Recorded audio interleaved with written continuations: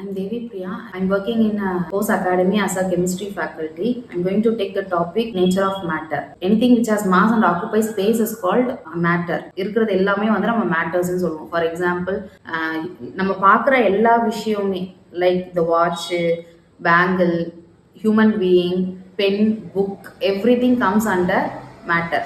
Matter வந்து anything which has mass and occupy space, அது வந்து மேட்டர். மேட்டர்ஸில் வந்து 3 states of matters இருக்கு. Solid, liquid and gas. Solid வந்து எப்படி இருக்கும் அப்படின்னா அதோட ஆட்டம்ஸ்லாம் க்ளோஸ்லி அரேஞ்ச்டாக இருக்கும். அதுக்கு வந்து டெஃபினட் ஷேப் இருக்கும், ப்ளஸ் டெஃபினட் வால்யூம் இருக்கும். ஒரு பென்னுனா அது பென் அந்த சைஸில் தான் இருக்கும். ஒரு சாக் பீஸ்னா அந்த சாக் பீஸ் அந்த டெஃபினட் ஷேப், அந்த சாக் பீஸ்க்கான ஷேப் இருக்கும் அதில். லிக்விட்ல வந்து எந்த கண்டெய்னரில் நம்ம அந்த லிக்விடை ஊற்றி வச்சிருக்கோமோ அதுக்கேற்ற மாதிரி அந்த ஷேப் மாறும். கண்டெய்னருக்கு ஏற்ற மாதிரி மாறிட்டே இருக்கும்.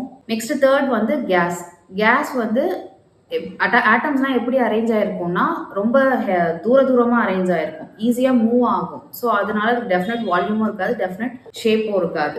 சாலிட்ல வந்து ரொம்ப க்ளோஸ்லி பேக் ஆயிருக்கும், அதால மூவ் பண்ணுறதுக்கான ஆப்பர்ச்சுனிட்டியே இருக்காது. ஸோ ரொம்ப டைட்டாக ஹெல்ட் ஆயிருக்கும் அந்த ஆட்டம்ஸ் எல்லாம், ஸோ மூவ் பண்ணவே முடியாது.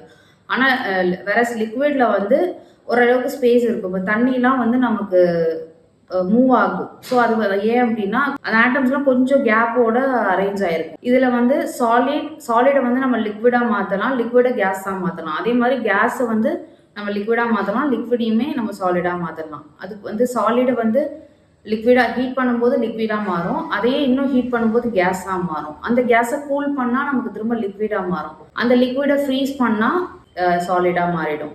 ஸோ இதுதான் three different states of matters.